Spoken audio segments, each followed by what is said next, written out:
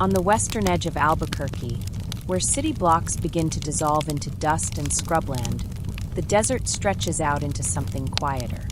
It's not the kind of place you pass through unless you live nearby or you're headed nowhere in particular. Beyond the last rows of houses, the land opens up, dry and flat, and strangely still. They call it the West Mesa. For years, the mesa remained mostly empty, the kind of space that holds silence without effort. A place where power lines hum low in the distance and old tire tracks disappear in wind-blown sand. Occasionally, developers would eye the open land, hoping to build there. New roads, new houses, fresh starts carved out of the desert. But not everything buried in the ground is ready to be paved over. Back in the early 2000s, Albuquerque wasn't a city people looked at for stories like this. There were problems like in any place: drugs, poverty, neighborhoods struggling to hold themselves together, but nothing that set it apart in the national news. The West Mesa didn't appear in tourist brochures. It was the forgotten edge of a place already easy to overlook. And in that emptiness, something began to go unnoticed. It wasn't sudden. It never is. At first, it was just a name or two. Women who stopped being seen in the usual places. Women who lived lives shaped by survival, addiction, vulnerability. Some were young. Some had children. Some drifted. Many were known only to a small circle of people who cared about them quietly and without much help. Their disappearances weren't marked by alarms. They were noted, sometimes reported, but not always chased with urgency. For people living close to the edge, the systems meant to protect them don't always respond the same way. Not because they shouldn't, but because somewhere along the way, those systems stopped paying close attention. There was, however, one person who kept watching. A detective who began to see patterns, not all at once, but slowly over time. A list began to form: dates, names, locations, nothing loud, nothing dramatic.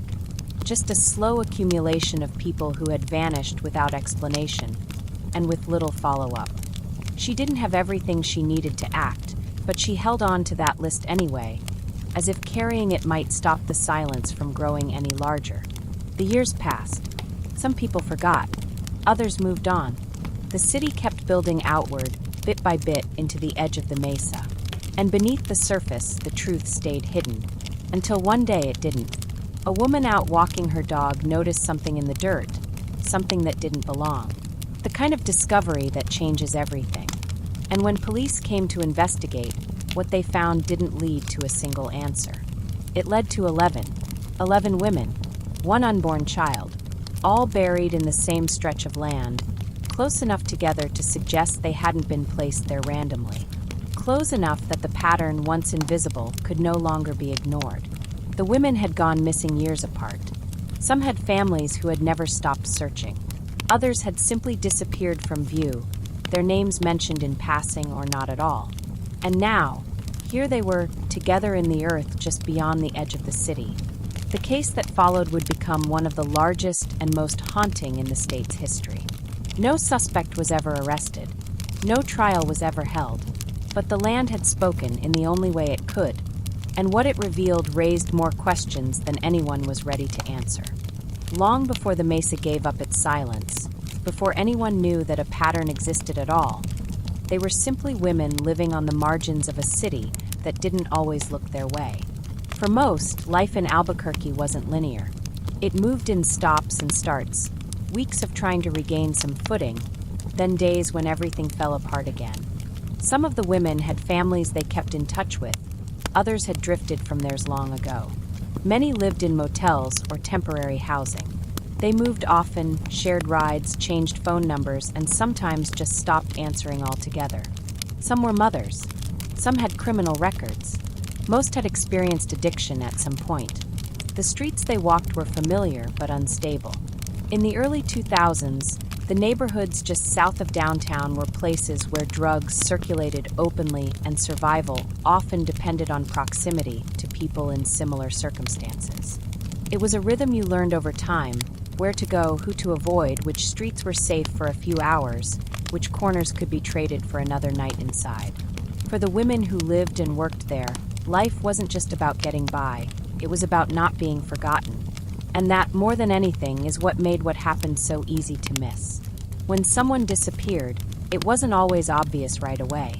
Their absence didn't echo in the same way it might have in another part of town. People came and went for all kinds of reasons: jail, rehab, a bad client, a lost phone, a sudden decision to leave town. There were always explanations until there weren't. Michelle had gone missing first. Her name stayed with people who remembered her as bright, impulsive, someone who could be sweet one day and guarded the next. She had a daughter and had been trying, at one point, to get clean. Then she was gone. No call. No explanation. Some friends assumed she'd left. Others feared worse. Over time, her name faded from conversation, replaced by new names, new faces, more immediate concerns. Then Julie disappeared. Then Cinnamon. Then Monica. Each time someone noticed. Each time it was mentioned. But the pattern didn't take shape right away because the lives of the women involved were already shaped by movement. It wasn't unusual for people to vanish for a week or two. It wasn't unusual to hear rumors. They've gone to Arizona. They're locked up. They've moved back in with their aunt. Until it became clear that no one was hearing anything at all. That's when a detective named Ida Lopez began keeping track. She wasn't assigned to a single case, but she kept a list anyway, handwritten, updated often, carried in her files like a quiet record of the people who were slowly being lost. They were all women. Most were Hispanic. Nearly all had records tied to prostitution or drugs. They were women whose lives had made them easy to overlook, and whose disappearances hadn't yet prompted urgent investigation. Lopez knew the names weren't just entries on a report. She'd spoken to some of the women herself over the years. She'd worked cases where they were victims or witnesses, or simply present when things fell apart. She understood the vulnerability they lived with, and how quickly the city could forget those it had never really seen to begin with. Her list wasn't formal. There wasn't yet a task force or a press conference. Just a growing awareness that too many women with similar lives were vanishing without resolution. And still, the city moved on. Construction continued out on the mesa. Billboards went up advertising new developments, communities with names like Desert Shadows and Vista del Sol, inviting buyers to build their futures in the open land west of the city. Heavy machinery leveled the earth. Graders smoothed out roads that hadn't existed the year before. But the ground held more than dust. The area had once been used unofficially as a dumping ground, trash, construction debris, and whatever people didn't want found. It was remote enough to feel safe, flat enough to seem empty, and no one asked too many questions about what ended up there. By the time anyone did, the damage had already been done. But in the neighborhoods closest to the mesa, people had started talking. Families still searched. Sisters put up flyers. Mothers called police, returned to the station, asked again whether anything had changed. Some got answers. Some didn't. Some simply stopped asking after a while because they couldn't bear the quiet that followed every time. At the same time, rumors began to circulate, unverified, unconfirmed, but persistent. There was talk of a man in a truck, talk of women being taken in pairs, talk of someone keeping track, someone who knew what the women had in common. Some believed the disappearances were connected. Others thought it was coincidence. Without bodies, without crime scenes, it was nearly impossible to prove anything. No one had been seen being taken. No blood. No evidence. Just absence. Lopez kept building the list. When another name was added, she tried to see whether the location matched. When someone went missing, she looked for overlaps. Last seen near Central Avenue. Last client unknown. Last address a motel already closed down. The gaps were large. The connections weren't always clear. But something was happening, and not enough people were listening. Over time, the community of women working those streets changed. The disappearances, though often ignored publicly, had left their mark. There was a fear, quiet but real, among those still out at night. Some walked in pairs more often. Some moved further downtown. Some stopped altogether, unsure whether the risks were growing or just being seen more clearly. There was no profile of the missing that could explain everything. They weren't all the same age. They didn't all live in the same place. But what they shared was context. a life shaped by vulnerability, addiction, and the thin margins of survival in a city that rarely extended much grace to those living outside its comfort. Years passed. Some of the names on Lopez's list faded into paperwork. Others stayed in her mind. She thought of them when she passed their old neighborhoods, when she read reports that sounded too familiar, when another mother came through the station hoping someone still cared. No one expected the mesa to give them back. The land had remained quiet, indifferent to the stories buried beneath it. The wind moved across it the same way it always had, sweeping dust into corners, covering what had once been exposed. It wasn't until the ground was disturbed that the pattern revealed itself fully. But by then, the city had already lived through years of silence, years in which those women had disappeared without answers. And even after their remains were found, the full shape of what had happened would remain difficult to understand. Because long before anyone began looking, they had already been lost. And no one had been watching closely enough to stop it. In the years between the disappearances and the eventual discovery in the desert, a quiet unease settled over the neighborhoods that bordered the city's southern edge. Not everyone spoke about it openly, but there was a sense among some that things were happening just beneath the surface, that people were vanishing in ways that no one wanted to confront directly. The women who went missing were not part of the city's visible population.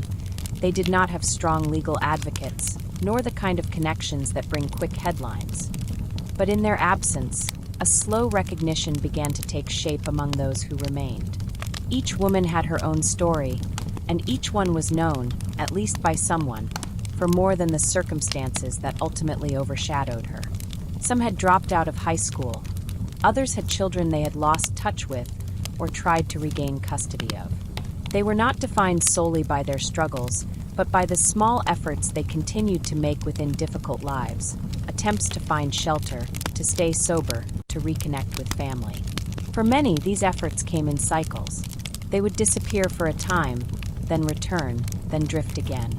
The people who loved them often learned not to ask too many questions when they reappeared, and not to panic too quickly when they didn't. It was in this pattern of uncertainty that the first disappearances were absorbed. Michelle Valdez had vanished in the early 2000s. She had been pregnant at the time, and although she had a history of drug use and had been involved in sex work, her family knew her absence was not normal. Her mother filed a report and continued to press for answers, but there was little movement in the case. Then came Julie Nieto, then Cinnamon Elks, and others who, like Michelle, had lived within the same loosely connected circles on the southeast side of the city. They had stayed in the same motels, walked the same streets, and crossed paths with the same people. The pattern wasn't immediately visible to the public, but it was beginning to register among those who spent time in the area.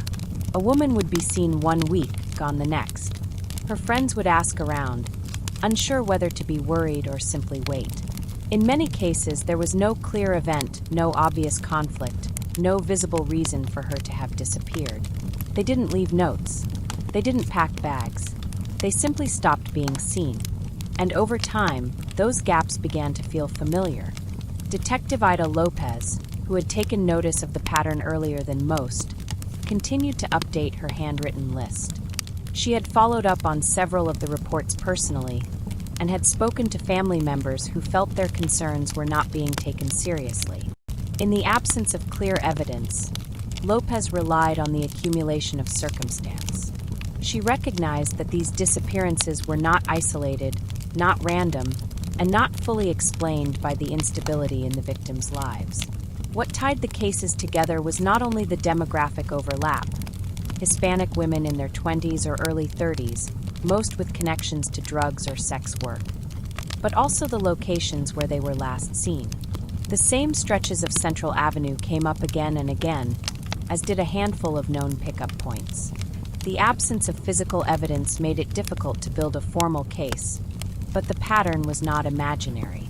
Lopez understood that someone could be watching that corridor, someone who knew the routines of women who were unlikely to be missed quickly by official systems. It wasn't a conclusion she reached easily, but one that emerged gradually, over months of reviewing notes and listening to families who returned to the station with the same quiet urgency. Meanwhile, in the neighborhoods where these women had once lived, the sense of fear grew slowly and often quietly. Among the women who continued to work the streets, word began to spread about certain cars to avoid, certain men whose names weren't always known, but whose presence was remembered. Some began to stay closer to known areas, while others moved further out, trying to avoid being seen too often in the same place. There was no coordinated effort to change routines, only the kind of subtle adjustments that come from watching something happen too many times without explanation. The city's broader awareness of what was happening remained limited. For the most part, there was no public announcement, no sustained media attention, no political pressure. The women's stories were told in pieces. Short mentions in police reports, brief calls from family members, occasional flyers stapled to power poles that faded in the sun. They were visible only to those already looking, and invisible to most. As time went on, the disappearances slowed, but the list remained. The women who had vanished left behind people who still remembered birthdays, who looked twice at strangers on the street, who watched news segments hoping something new would emerge. Some mothers continued to visit the last places their daughters had lived. Others kept voicemails they couldn't bring themselves to delete. Lopez continued to keep track, even as other cases demanded her attention. There was no formal recognition yet that a serial offender might be responsible. The cases were still listed individually, without a shared thread in the official system. But the truth of the pattern persisted beneath the paperwork. And beyond the neighborhoods, out on the edge of the city where the desert begins, the West Mesa remained untouched. It was still seen as undeveloped land, quiet and empty, waiting for the next wave of construction. But those who had spent time in the area knew that not all of it was as untouched as it seemed. People had long used parts of the mesa to dump trash or broken furniture. It wasn't uncommon to find scattered debris, old tires, or construction waste. And in that kind of environment, few would think to question what else might be buried there, what had been placed carefully, intentionally, and then left to be forgotten. By the time the city was ready to build further west, the desert had already been asked to carry more than its share. And even then, no one knew that beneath the surface, the ground held more than the memory of forgotten homes or abandoned plans. It held the remains of a story that had been unfolding quietly and steadily, while most of the city wasn't watching. In early February of 2009, the season in Albuquerque was caught between winter and spring. The air carried a chill, but the light was beginning to shift. There had been no rain in weeks, and the ground across the West Mesa had dried to the consistency of packed dust. Cracks lined the surface like veins, and the brush was brittle from months of exposure. It was in this quiet, unremarkable stretch of desert that something long hidden came to the surface, not through investigation or design, but through an ordinary moment in an ordinary life. A woman had taken her dog for a walk along the edge of a subdivision still in development. The lots nearby were mostly empty, plots marked with faded stakes, street signs that led nowhere. Just beyond the last paved road, the dirt path curved into the open mesa. It was the kind of place locals sometimes used for walking, especially those living in newer homes who had not yet seen their streets joined to anything. It was quiet out there, flat and open, and it gave the sense of being far from the city, even though it sat only minutes beyond the outermost gas stations and strip malls. That day, as the dog ran ahead, something unusual caught the woman's eye. In the loose soil a few feet off the path, a bone had surfaced, pale, dry, and partially exposed. At first, she thought it might belong to an animal. Coyotes weren't uncommon in the area, and dogs, too, had been known to be buried informally in that kind of terrain. But there was something about the shape that gave her pause. She looked again. Then she called the police. The officers who arrived were trained to be cautious, especially with findings like this. Bones in the desert could come from anywhere: livestock, pets, scavengers. But within minutes, they knew this was not a routine discovery. More bones were visible nearby, and the arrangement of the remains, shallow and spread across a tight radius, suggested something deliberate. They called in detectives. Crime scene investigators arrived. A perimeter was established, and soon, word began to move through the department that the site might be more than a single grave. Over the next several days, forensic teams combed the area carefully, section by section. What began as one exposed bone quickly grew into something much larger. Each time the soil was disturbed, more remains were uncovered.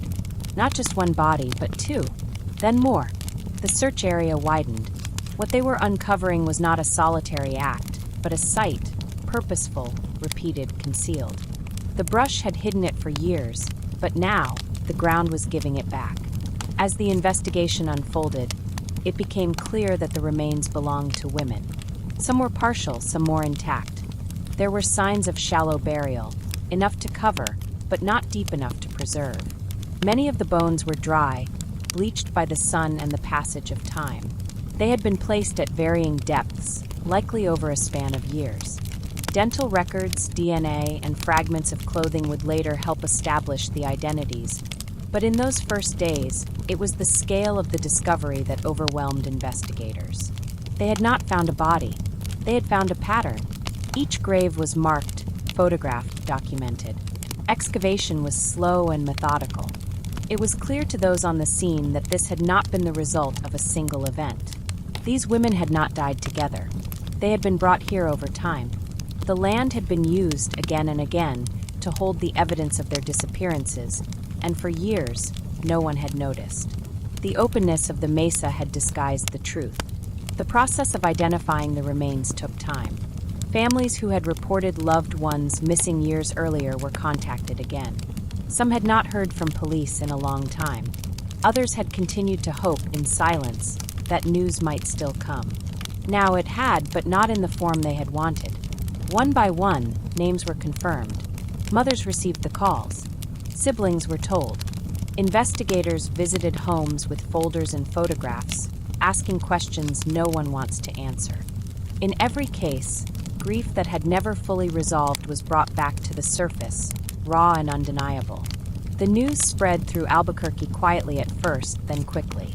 The phrase West Mesa became a point of reference not for geography, but for tragedy. People who had driven past that stretch of desert for years began to see it differently. The subdivisions near the site suddenly felt too close. The silence of the mesa, once seen as peaceful, became heavy. Reporters arrived. Cameras were set up along the edge of the perimeter. Press conferences were held.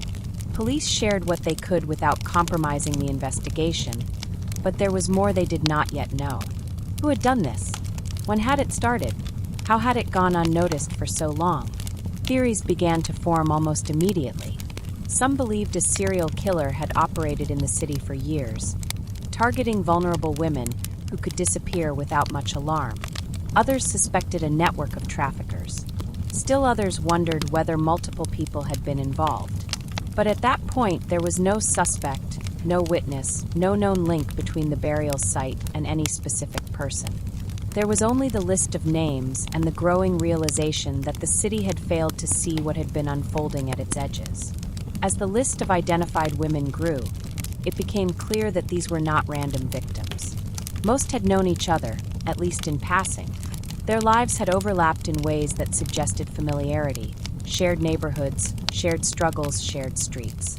Some had been arrested within days of one another. Others had once lived in the same shelters. The person who had done this had not selected at random. He had been watching, choosing, acting in the spaces where no one was looking closely enough to stop him. The investigation became one of the largest in the city's history. Hundreds of tips poured in. Old case files were reopened. Interviews were conducted with known offenders, past clients, and anyone who had crossed paths with the victims. Yet, despite the scope of the effort, no arrests were made. There were suspects, but no clear evidence. No confessions. No DNA linking a single individual to the graves. The years had erased too much. Forensic work continued, but the case remained officially unsolved. The person responsible, if still alive, had left no clear trail behind. The burial site had been chosen carefully, remote enough to delay discovery, close enough to remain accessible. Whoever had done this had taken advantage of the blind spots created by geography, circumstance, and indifference. The families of the women began to gather. Some held vigils. Others spoke publicly for the first time. Their voices were calm but steady. They asked not only for justice, but for recognition that their daughters, sisters, mothers had mattered, that their absence had not been a footnote, that their lives should not be defined by where they were found. In their grief, there was also quiet strength. The city responded slowly. Officials promised continued investigation. Memorials were discussed.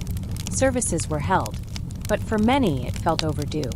The women had lived among them, visible to those who knew how to look, and yet they had disappeared without the kind of urgency that should have accompanied their absence.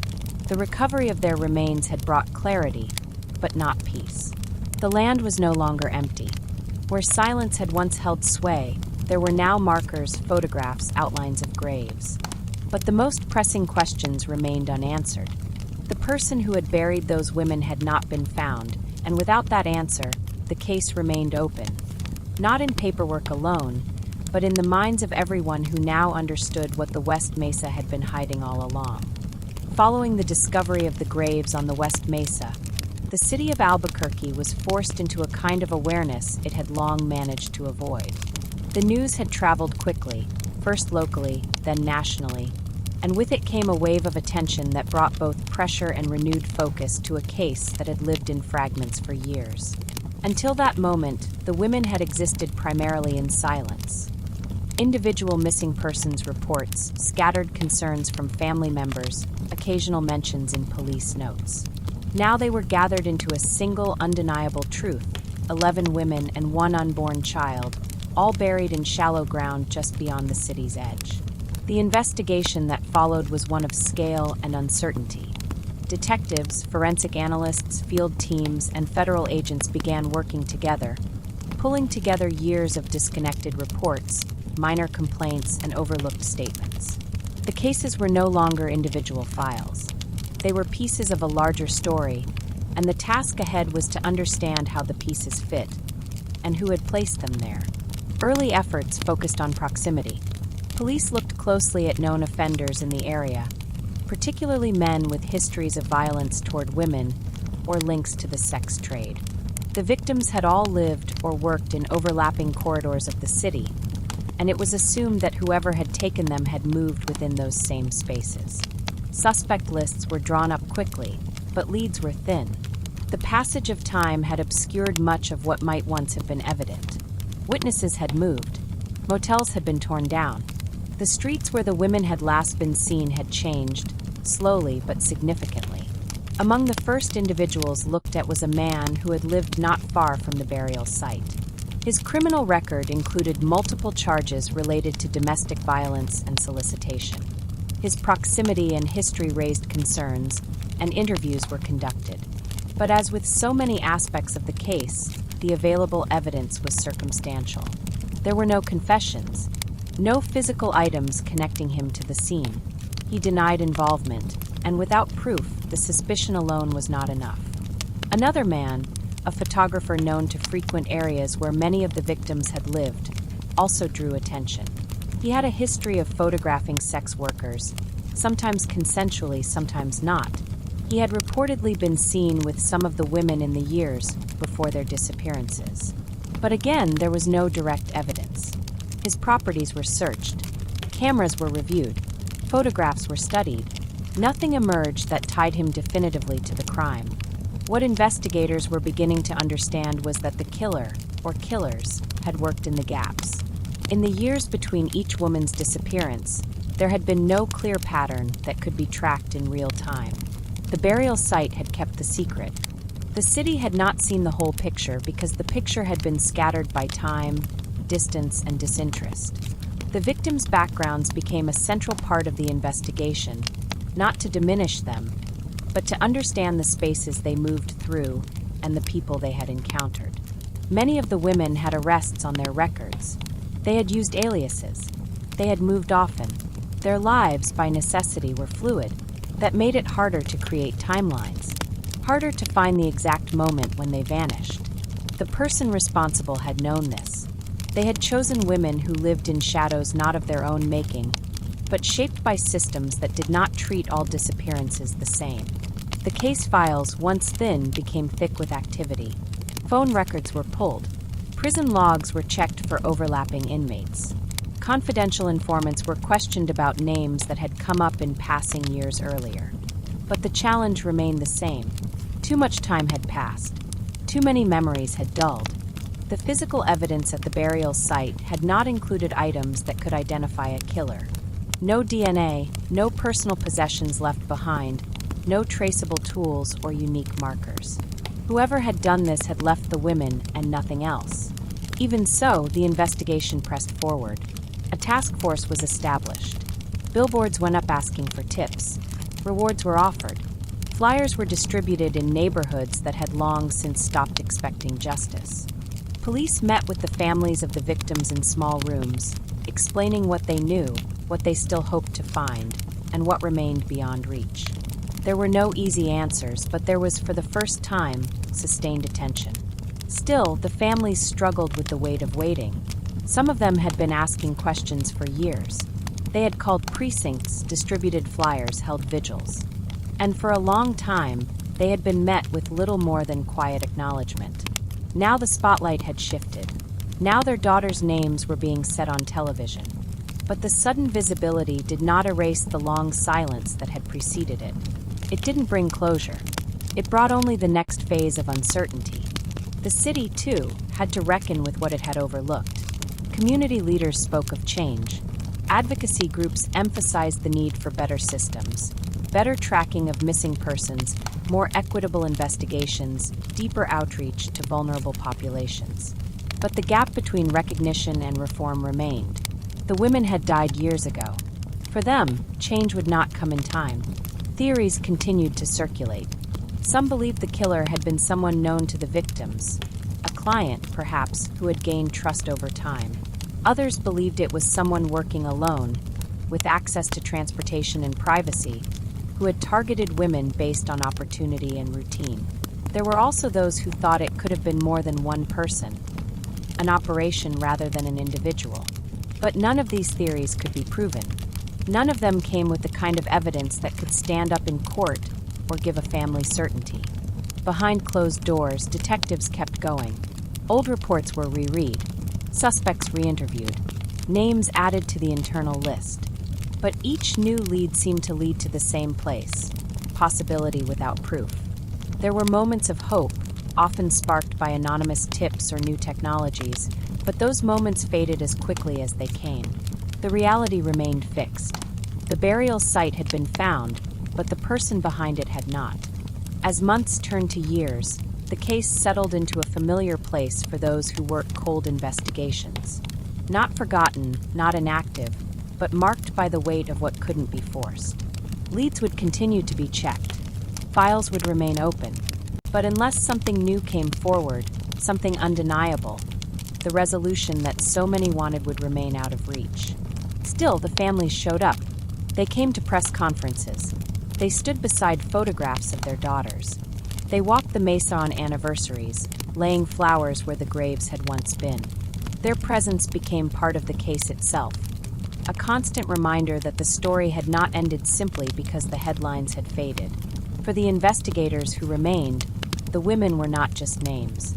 They were stories carried in notebooks, voices remembered from recordings, faces studied in photographs that had once been posted on bulletin boards. The job was not to find closure. It was to keep looking, as long as there was still something to look for. And so the West Mesa remained both a place and a question. A landscape changed not by the houses built around it, but by the discovery that it had held something no one expected. The dirt, once ordinary, had become a ledger. And though the names of the women buried there were now known, the name of the person who had taken them remained silent, just beyond the edges of what could be proven. As the months following the discovery turned into years, the weight of the case began to settle into a quieter rhythm.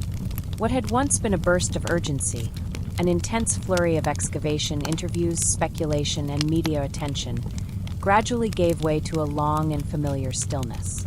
The crime scene had been cleared, the remains identified, the public calls for assistance made. Yet the questions that mattered most remained unanswered. There were detectives still working the case, but the size of the task force was reduced. Leads came in still, but less frequently. Some tips were impossible to verify. Others had already been considered. With no forensic link to a suspect and no one coming forward with a clear, corroborated confession, the investigation reached a point where forward movement became slower and more careful, and often frustratingly circular. For the families of the women who had been found on the Mesa, time passed differently. There was no closure in the absence of accountability. No arrest meant no trial, no public reckoning. Their daughters, sisters, nieces, and mothers had been returned to them in the smallest, most painful of ways, through confirmation of death, not through answers. Many had already known in their hearts that the missing were never coming home, but knowing and proving are two different things. Now that their fears had been made real, they lived in the space between grief and incompletion. Some of them kept pushing. They wrote letters to police. They organized vigils. They worked with advocacy groups to keep attention on the case, knowing how quickly the public could turn away when progress stalled. Others found themselves retreating from the process altogether. The weight of the loss was too much to carry in public. The effort of explaining the same story again and again, to journalists, to case workers, to neighbors, became exhausting. They grieved quietly, often alone. The city of Albuquerque had acknowledged the tragedy. Public officials had spoken, promises had been made, policies reviewed. There was a renewed effort to improve how missing persons reports were handled, especially for vulnerable populations. New protocols were discussed, and the community called for better systems that would not allow future patterns like this to go unrecognized. But even as those efforts took shape, there was still the question that hung over the desert. Who had done this? And how had it been allowed to continue for so long? Theories still circulated, mostly in the spaces between official updates, online forums, quiet conversations, speculative articles. Some people were convinced they knew who was responsible. Others believed the truth had already been buried with someone no longer alive. One suspect had died before the burial site was discovered, but no evidence had ever linked him directly. Without proof, all that remained were possibilities, and possibilities do not bring justice. Forensic technology continued to advance. The case was occasionally re-examined with new tools, but each attempt brought the same conclusion. The evidence left behind was minimal. The graves had been shallow, but the person who dug them had not left anything else behind. No clothing that could be traced, no tools, no tire tracks that could be tied to a specific vehicle. The burial site had held only what was needed to confirm the women's identities. It had held no answers about the one who placed them there. The West Mesa itself changed little in the years that followed. The surrounding areas developed slowly, but the land where the graves were found remained undisturbed. No homes were built there. No construction crews returned. The dirt was still, marked only by a few memorials and the steady presence of those who remembered. It was not a public park, nor an official site, but it had become a place of memory. People left flowers there. Crosses. Small photos sealed in plastic against the sun. The city's growth moved around it, but not through it. Families marked the anniversaries in their own ways. Some gathered each February to light candles and speak names aloud. Others stayed away from the public rituals, choosing instead to remember privately, with photos and stories passed down in quiet moments. The pain did not lessen with time. It simply took new forms. For those who continued to work the case, the frustration was familiar. Each detective who joined the investigation had to begin by reading the thousands of pages that had already been compiled. Interviews, tips, search warrants. The work was enormous, and yet, for years, it produced no suspect strong enough to charge. The gravity of the crime demanded resolution, but the reality of the evidence held the case in place. The passage of time brought new complications. People who might have remembered something began to forget. Places that had once been part of the victims' daily lives were torn down or changed hands. Records were lost or no longer useful. And as years passed, the possibility that someone still out there carried the truth without speaking it became harder to grasp. If the killer was still alive, they had remained invisible. If they were not, then the case had passed quietly into a category that no one wanted to admit existed, an unsolved series with no closure on the horizon. And yet, for all the space between the present and the moment of discovery, the impact had not faded. The story of the West Mesa women was not forgotten. It remained in the consciousness of the city, not always loudly but present. It was taught in criminal justice classes. It was referenced in discussions about how law enforcement handles vulnerable populations. It shaped how future missing persons cases were tracked and how quickly reports were taken seriously. Even without resolution, the women's stories had changed things. They had brought to light the consequences of being unseen. They had forced a city to reckon with how it treats the people who live in its shadows. And in their deaths, they had reminded those who followed that every life, no matter how marginal it might appear to others, carries weight. In the empty space where the case still waits, there is still the hope that something new might emerge. A witness, a confession, a piece of evidence that survived where others did not. But until that moment comes, the story of the West Mesa women continues not as a mystery waiting to be solved, but as a truth that demands to be remembered. The investigation into the West Mesa murders had slowed, but the story itself continued to evolve, not through new evidence, but through the way people began to speak about the women who had been lost. What had once been viewed as a troubling cluster of unsolved cases began to shift into something broader, a reflection of how systems fail, how silence forms around certain lives, and how justice, when it doesn't arrive, leaves behind a space that others must fill. By the early 2010s, the case had moved from the front pages of newspapers to longer-form articles, features, and investigative podcasts. The names of the victims were repeated more often, not just as part of a grim list, but as individuals who had once lived entire lives, many of them complicated, unstable, but no less real. Writers and researchers began to look more closely at who these women had been before they vanished, tracing their stories back through the fragments left behind. Photographs, school records, court documents, memories from siblings, friends, and mothers who had never stopped wondering what had happened. This quiet resurgence did not bring a resolution to the case, but it did begin to reframe the way it was understood. No longer was the narrative centered solely around the unknown killer. It began instead to turn toward the lives of the women themselves, their struggles, yes, but also their humanity. Many had dropped out of school in their teens, some had children taken into care, others had cycled in and out of rehabilitation programs. They had moved through systems that often failed to provide stability, and when they disappeared, those same systems were slow to act. Over time, the story of the West Mesa women became more than a local tragedy. It was a case study in institutional blindness, a chilling example of how people living in the margins can go missing without notice. Not because no one cares, but because the infrastructure meant to protect and investigate is not always built to respond equally.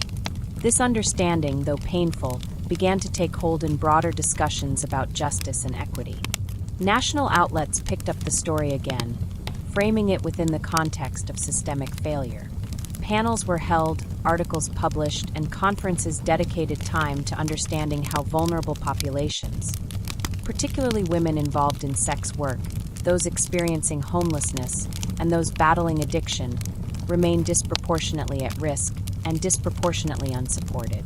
The West Mesa case was often at the center of these conversations. In Albuquerque, community organizers worked quietly to keep the memory of the victims alive. Memorial walks were held. Nonprofits used the women's stories as part of outreach materials to connect with others living in similar conditions. A few of the families agreed to participate in projects that aimed to honor the women not through tragedy, but through remembrance. Photo exhibits, interviews, poetry readings. They were small events, but they mattered. For those families, the public attention offered some comfort, but it also reopened wounds. Being asked again and again to tell the same story, to explain who their daughter or sister was, and to revisit the moment they learned where her body had been found. It took a toll. Some declined further interviews altogether, preferring privacy over exposure. Others chose to speak, not because they found it easy, but because they wanted the names remembered. The pain did not recede, but it changed. There were now strangers who knew their loved ones' names. People who had never met them lighting candles. Artists creating murals. Students writing research papers. This shift in visibility didn't erase the loss or answer the questions, but it did push back against the silence that had defined the case for so long. Within law enforcement, the case remained active but largely dormant. Every so often, a new detective would take a fresh look, or new information would come in from a tip line. Leads would be followed, persons of interest re-examined. But the core challenge had not changed. There was still no forensic evidence linking anyone directly to the burial site, and no witnesses had ever come forward to say, definitively, that they had seen someone with one of the victims near the time of their disappearance. In the absence of resolution, the case began to serve a different function. It became a warning about what happens when systems overlook the vulnerable, and about how slow society can be to recognize patterns that don't fit the expected mold. It was no longer just about catching a killer. It was about understanding what allowed the killings to happen undetected for so long. This awareness reached local policy in subtle ways. Officers received additional training on how to handle missing persons cases. Reporting procedures were updated. Community partnerships were expanded to include voices from advocacy groups and nonprofits who had been working on the ground long before the West Mesa site had been discovered. Still, the sense of unfinishedness remained. The desert where the women were found had not changed. It remained quiet, vast, and unmarked, save for the memorial crosses placed by grieving families. Developers stayed away from the immediate area out of respect, or perhaps discomfort. The land had taken on a weight that made it unsuitable for commercial use, but perfect for reflection. The absence of a suspect did not stop people from speculating. Rumors continued to swirl. Names still came up in community conversations, and then someone would claim to know more than they were saying. But without evidence, nothing could move forward. The case remained in that narrow, difficult space between belief and proof. For the community, and especially for those who had known the women, what mattered most was that the case not fade into the background. That the women not be remembered only for how they were found, but also for the lives they had lived before that. Some had kept diaries. Some had favorite songs. Some had talked about going back to school or reuniting with family. These small details, collected and shared slowly over time, began to build a fuller picture. One that allowed the women to be seen as people, not just victims. There was no ceremony to mark the transition of the case from active investigation to public memory. It happened gradually, as time moved forward and no new developments came. But in homes across Albuquerque, the story remained. On refrigerator doors, old photos stayed in place. In drawers, folded newspaper clippings sat between bills and letters. The pain didn't fade, it changed shape. And so the case continued, not with flashing lights or breaking news, but in the steady presence of those who remembered, those who carried the names forward, and those who understood that some stories do not end with answers. They end with the choice to keep telling them anyway. The story of the West Mesa women continued to echo beyond Albuquerque, not through headlines that demanded immediate attention, but through the quieter channels of reflection and reform.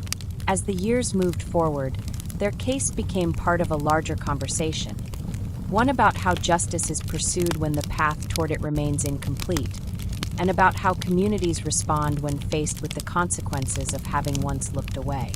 Across the country, investigators, advocates, and families working through their own unresolved tragedies saw something familiar in what had unfolded on the West Mesa. Not every city had a burial site exposed in such stark terms, but the broader pattern, vulnerable individuals going missing without coordinated response, was not unique to New Mexico. In that way, the case became a mirror held up to places far beyond the desert, inviting uncomfortable but necessary questions about how certain lives are treated once they fall outside the protective lines of visibility. Conferences on law enforcement reform began referencing the West Mesa case when discussing missing persons protocols, particularly in relation to women experiencing homelessness, addiction, or involvement in sex work. The case offered a deeply human example of what can happen when multiple disappearances are treated as isolated events rather than the symptoms of something larger. It showed how serial violence can go undetected, not because it is hidden, but because the people affected are often already at risk of being ignored. Training materials for police departments began to include discussions of systemic bias, not just in individual conduct, but in how certain populations receive slower, less coordinated responses when they disappear. The victims from the West Mesa were not alone in this regard. They belonged to a wider pattern of cases in which the urgency of response had been diminished by assumptions about lifestyle or criminal history. Their story provided a case study in how patterns are recognized too late, and how justice systems must be designed to respond to people, not profiles. At the same time, their story sparked a different kind of response from communities of support, groups formed by families of the missing, survivors of trafficking, and local activists working to close the gap between institutional response and lived experience. Across cities like Phoenix, Denver, and San Antonio, grassroots efforts gained strength, many of them citing the West Mesa case as a point of recognition and resolve.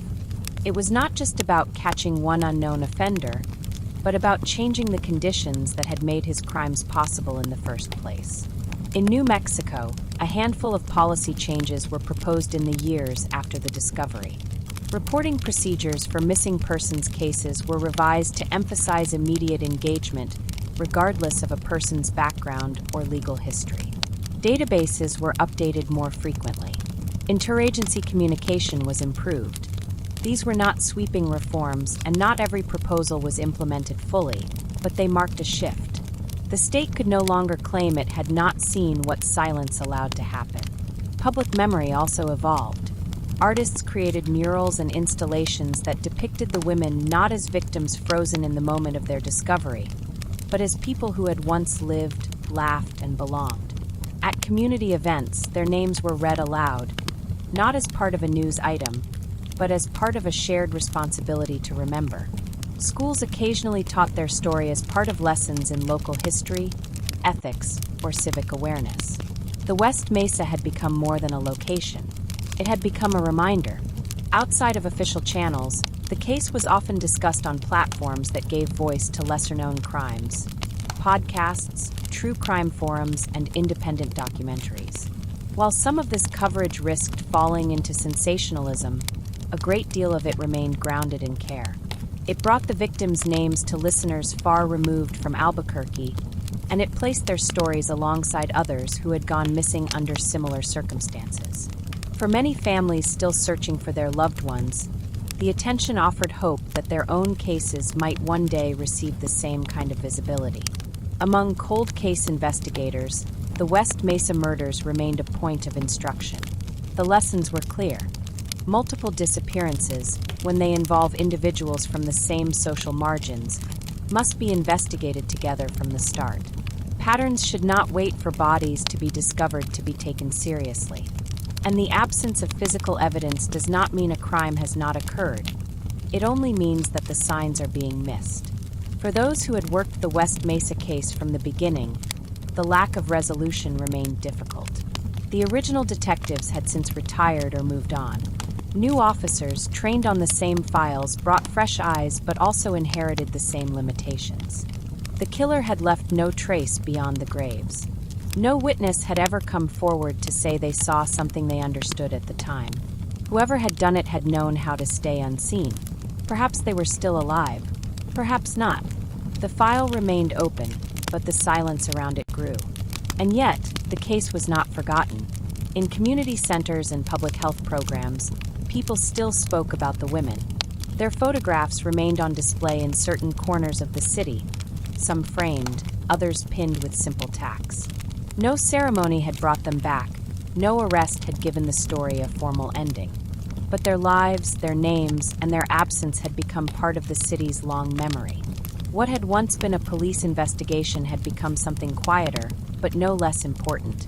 It had become a call to do better, for those who are still missing, for those who have not yet been taken seriously, and for those whose lives are being lived in conditions that remain overlooked by the systems meant to protect them. The desert outside Albuquerque still holds its silence. The wind moves through the brush. The streets near the mesa now have more homes, more lights, more people passing by. But the place where the women were found is still left open, in both meaning and geography. It is a place where names were buried and later spoken again. And in that act of speaking, something else was uncovered. Something about how we choose to look at those we have failed, and what we do when there are no more answers left to wait for. As the years continued to pass and the case remained without resolution, the story of the West Mesa women moved from public discourse into something more personal. For some, the details had faded, the exact number of victims, the order of discovery, the speculative names whispered in news coverage. But for others, the story had taken root. It had become something they carried, not because they were connected by blood or friendship, but because the story had shown them something about the world they lived in and the silence it could allow. Among the detectives who had worked the case, the weight of it never fully lifted. Some had stood on the mesa the day the first bones were uncovered, helping cordon off the site before they even knew how far it would stretch. Others joined later, reading reports late into the night, following dead-end leads, and walking through neighborhoods where memories had already begun to fade. They carried notebooks filled with names and maps and timelines. In quiet moments, they still revisited the case in their minds, not always expecting a breakthrough, but hoping that something someday might shift. The detectives who remained involved understood that time could change everything or nothing. A case like this didn't vanish from the system. It just moved deeper into its folds. New assignments came, and the routine work of other cases continued. But this one stayed close, not because it had received more attention than others, but because of what it revealed about what gets missed when no one is looking closely enough. Beyond law enforcement, the case had made an impression on people in ways that weren't always visible. In community college classrooms and university lectures, students studying criminology or sociology read about the West Mesa investigation. Some of them, especially young women, saw themselves reflected in the victims, not because they had shared the same exact lives, but because they understood the kind of vulnerability that comes with being overlooked. It wasn't difficult to imagine how a life could unravel, how systems meant to help might instead record your name in a list that no one followed up on. Some of those students wrote papers about the case. Others created art or short films or blog posts. They tried to process it, to turn the discomfort into something visible, something named. A few volunteered with local shelters or harm reduction programs, moved in part by the realization that the women who disappeared had not been protected until it was too late. In the communities where the women had once lived, people still remembered them. Shop owners, neighbors, and former friends carried pieces of their stories. An overheard conversation, a moment on a porch, a night spent in the same motel. Their lives had not been anonymous to those around them. They had been known, if not always understood. Their names, once reduced to file numbers, remained present in quiet acts of memory. A birthday marked in private, a photograph left on a dresser, a name spoken during a prayer. The case also reshaped how some families approached loss. For those with missing loved ones, the West Mesa story was a double-edged reminder. On one hand, it showed that answers could eventually surface, even after years. On the other, it revealed how often the people most affected were asked to wait in silence, to hope for movement in a system that was never designed with them in mind. Some families began documenting their own cases more carefully, keeping timelines, gathering photographs, printing flyers on their own. They did this not because they had faith that resolution was near, but because they had seen what happened when no one kept asking. Even outside of New Mexico, the case continued to resonate. It was not unusual for someone far from Albuquerque to discover the story in a podcast or a documentary and find themselves quietly unsettled by it. The West Mesa case had no ending, and that absence made it linger. For some, it was the injustice that stayed with them. For others, it was the image of a city growing over its own grief, the way roads and houses rose up around a desert that had once held something hidden. But not everyone who carried the story did so consciously. Sometimes the case returned in brief flashes, a mention in a news article, a detail remembered suddenly while driving past a desolate stretch of land. The story had a way of staying close, of slipping back into awareness just when it seemed forgotten. At Ivy Hill Cemetery, where some of the victims were later buried or memorialized, visitors still came. Some were family, others were strangers. They left small tokens. Artificial flowers that could survive the sun, candles in glass jars, worn photographs. These gestures were not part of a scheduled remembrance. They happened quietly, without coordination, a reflection of how the story had moved from a single case to a shared reminder of absence. And in Albuquerque itself, the space where the women had been found was still treated with a kind of respect. It was not fenced off or turned into a monument, but it remained untouched by development. The land was left bare, the dirt still dry and cracked in summer, damp and hard-packed in winter. It bore no plaque, but those who knew what had happened there didn't need one. The memory lived in the shape of the land, in the long shadow of silence it had once held. In that silence, there was no conclusion. There was no single narrative that explained everything, no courtroom testimony, no sentence read aloud. The absence of a named killer meant that there was no end to the story, only a slow continuation, a reminder that justice sometimes takes the form of remembrance when no other path is available. And so the case remained, not closed, not forgotten, but carried forward by those who had taken the time to understand that what had happened in the dust and quiet of the West Mesa was more than an unsolved crime. It was a reflection of how a society chooses who to see, and what it must face when it realizes how much it missed. As time continued its slow passage and official momentum around the case thinned, the investigation into the West Mesa murders settled into the space so many cold cases occupy. Filed, reviewed occasionally, still open on paper, but no longer active in the ways it had once been. There were no more press briefings, no fresh evidence that moved the case forward, no dramatic new leads. Internally, within the Albuquerque Police Department, the case remained present but quieter. There were detectives who still checked the files, still kept a portion of their time open to reviewing past reports, still followed up on the occasional tip.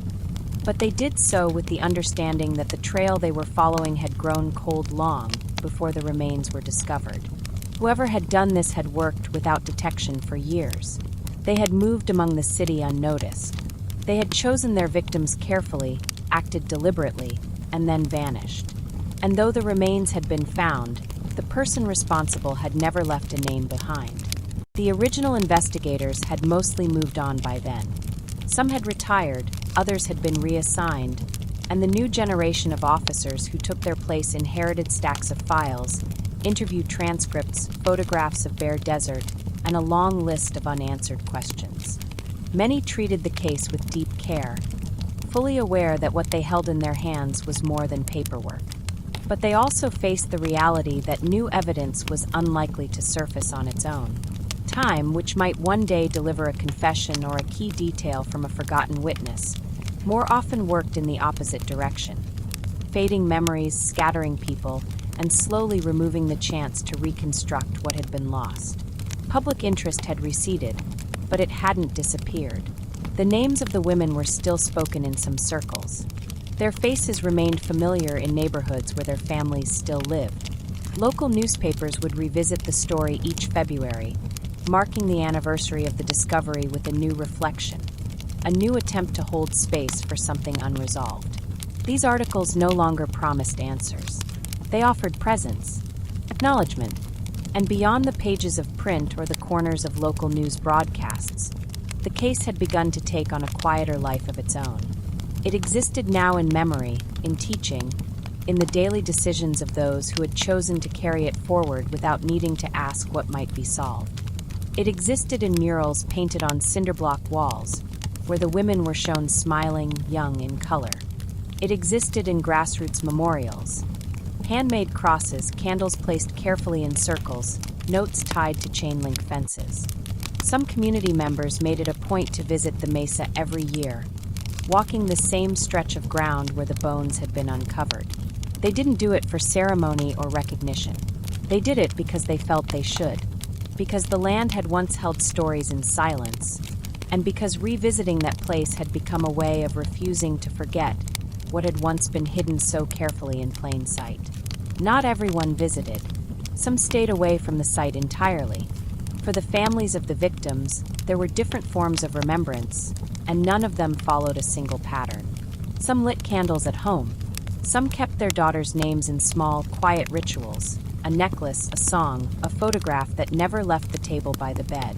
Some marked the date privately and did not wish to speak about it again. And some could not avoid it, even if they wanted to. It lived in their daily lives, in the shape of an absence that had long since settled in.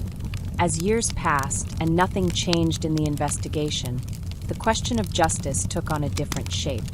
In the traditional sense, an arrest, a conviction, an official resolution, justice still had not come. But for many in the community, the meaning of that word had started to shift.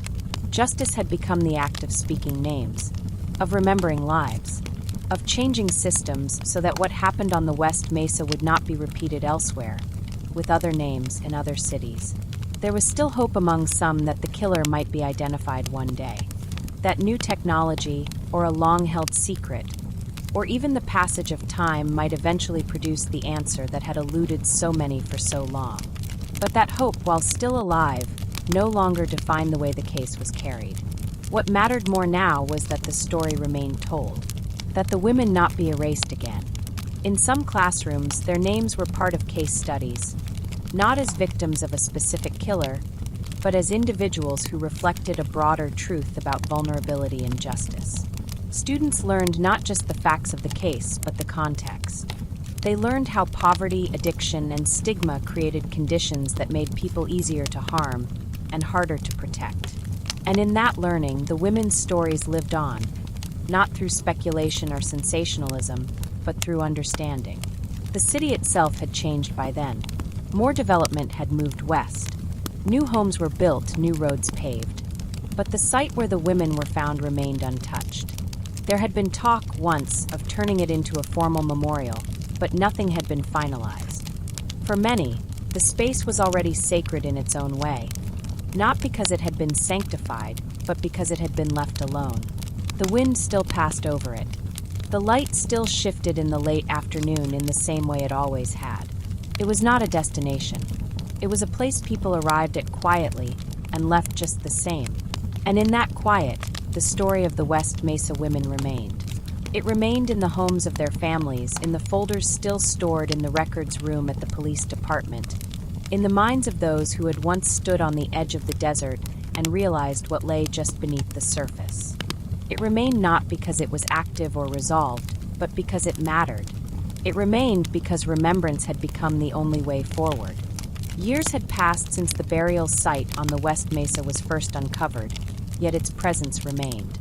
Not just in the physical space it occupied on the edge of the city, but in the collective memory of those who had come to understand its weight. The case had long since slipped out of the news cycle. No fresh tips had shifted the direction of the investigation. No arrests had been made.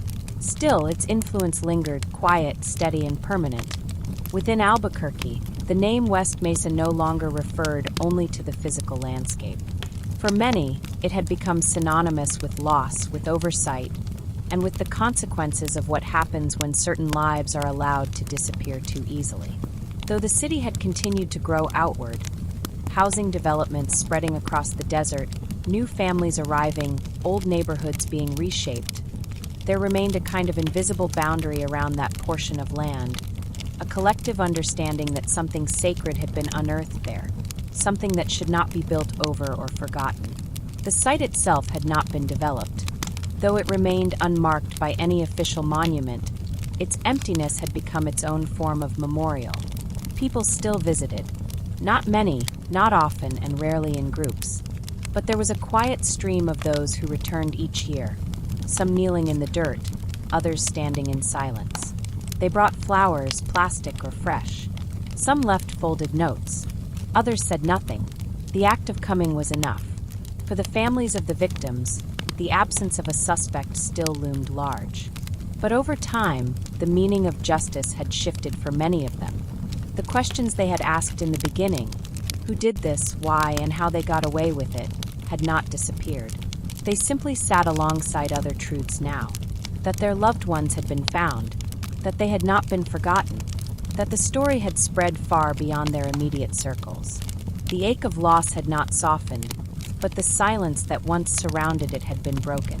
And that, in its own way, mattered. Some of the families continued to speak at public events. Not often and not always comfortably, but when invited, they shared what they could. They spoke not just of the women as victims, but as people, describing them through memories that didn't appear in reports. A childhood laugh, a stubborn streak, a dream that had never quite taken form. These weren't meant to rewrite what had happened, only to remind others that behind every statistic is a life that had once been filled with motion, however brief. Younger generations in the city, those who had been children when the case first came to light, grew up hearing about it in a different way. For them, it was not just a crime story. It was part of their city's history.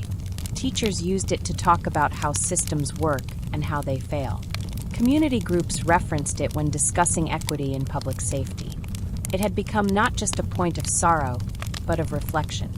Within law enforcement circles, the West Mesa case remained a fixture.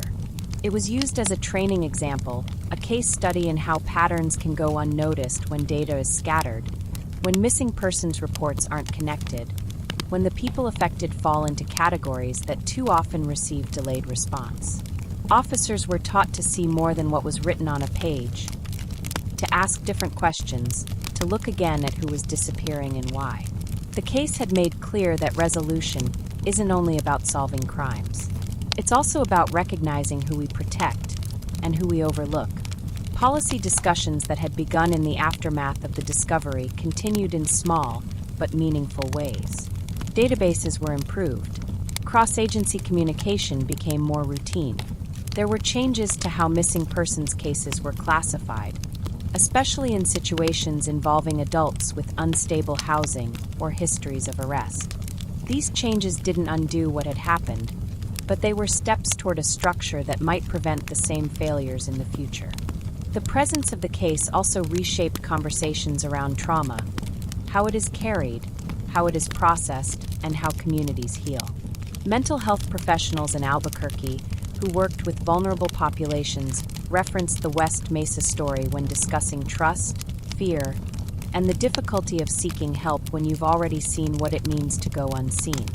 Survivors of trafficking and violence, those who had lived through similar dangers but survived, began to speak more openly, often using the case as a way to start difficult conversations. Even outside the region, the West Mesa murders remained a point of connection. Across the country, people working on other cold cases cited it often, not as a story of resolution, but as one of continued accountability. Forensic specialists, advocacy groups, and researchers referred to the case as an example of why certain victims require greater protection, not less. It became a way of explaining how the margin of society, if ignored, can become a hunting ground for those who understand its vulnerabilities. And yet, for all its public resonance, the story of the West Mesa women was still deeply personal to those who had loved them. For these families, for the people who had sat through the long silence before the discovery and the long uncertainty afterward, the story was not one of symbols or change. It was about people who had vanished, people whose voices had gone quiet, and the enduring responsibility of carrying their memory forward. There were no dramatic developments, no sudden turns in the case, but the memory remained present, not only in reports and photos, but in daily life. In a song playing on a car radio that brought someone back to a sister once full of plans. In a face seen across a crowded street that bore a passing resemblance to someone long gone. In the quiet thought, held for a second too long, that justice might still arrive one day, in whatever form it was now able to take. And in the silence of the desert, nothing had changed. The wind still moved the same way it always had, shaping the dust, bending the scrub, pressing gently against the earth that had once held so many secrets. The mesa was no longer silent in meaning. It had been given back its voice, not through what it revealed, but through the refusal of those who survived to stop speaking. As the West Mesa faded from view in the news and from daily conversation, it did not fade from those who understood what had happened there. The women who had been taken, whose names were once scattered across disconnected reports and unanswered calls, remained known to the people who had carried them through years of uncertainty. Their lives were no longer invisible, even if the person responsible for ending them remained unnamed. What the case left behind was not closure, but a permanent space in the city's conscience. There were no new developments to mark the passing years, no sudden discoveries that might change what had already been understood. But the land where they had been found still stood open, untouched by new construction, held apart by memory and choice. It had become a part of Albuquerque's landscape, not in the form of a monument or plaque, but in the way people walked near it a little slower, a little quieter, remembering what had once been buried just beneath the surface. For those who had worked the case, either from the beginning or over the years that followed, there was little satisfaction in what they had been able to learn. Knowing who the women were and how long they had been missing had brought answers to the families, but it had not revealed the truth about who had harmed them. Each attempt to reopen the trail led back to the same questions, and eventually to the same limits. No one had ever been charged. No new forensic evidence had surfaced. The names of possible suspects had shifted over time, but none had held firm enough to move from speculation to confirmation. The file remained open and would stay open, even as the path forward narrowed. Among the families, there remained a quiet range of responses. Some continued to speak about their loved ones, to attend community events, to advocate for those who still hadn't been found. Others chose to step back, not out of disinterest, but out of the need to hold grief in a way that did not demand constant explanation. There was no right way to carry a loss like this. No single way to live beside something that had taken so much and left so little behind. In the city itself, the presence of the case had become woven into the background. Not forgotten, but no longer at the surface of public attention. It was part of the shared memory of Albuquerque now, part of how it understood its own responsibilities, its own history, and the need to do more for those most at risk. The West Mesa was no longer only a physical location. It had become a symbol of the cost of delay, of the damage done when disappearances are not met with urgency. Organizations across the country still referenced the case when advocating for policy changes. It continued to shape how law enforcement approached missing persons investigations, particularly those involving vulnerable populations. It reminded social workers, community health programs, and advocacy groups that behind every missing persons report is a human life, often shaped by hardship, but never undeserving of care. The women from the Mesa had not only revealed the story of what had been done to them, they had revealed the spaces in which prevention had failed and the consequences of those failures. The site itself changed slowly. Each year, a few more people learned what had happened there, and each year, a few more made the choice to return, not to search for something new, but to be present with what was already known. The wind continued to shape the sand. The vegetation returned in patches, but the memory of what had been found remained. It didn't need markers to be visible to those who had learned the story. It had already been written into the ground. In the end, the story of the West Mesa bone collector remained unresolved in the legal sense. There was no conviction, no trial, no face to attach to the acts that had taken place over those years. But the case did not end in silence. It moved into the hands of those who remembered. It changed how others paid attention to the people who live without the protections that most take for granted. And it stood as a long, difficult record of what can happen when violence hides in plain sight and is seen too late. What the case left behind was not a name. It was a responsibility. A reminder to listen when people say someone is missing. A reminder to look closer when the same stories begin to repeat. And a reminder that justice, when it cannot be delivered in the courts, must sometimes be carried in memory, in the telling and retelling of the lives that were lost. The desert remains. The sky above it changes, as it always has. But the land no longer holds its silence. And for as long as their names are spoken, the women of the West Mesa will not return to the shadows.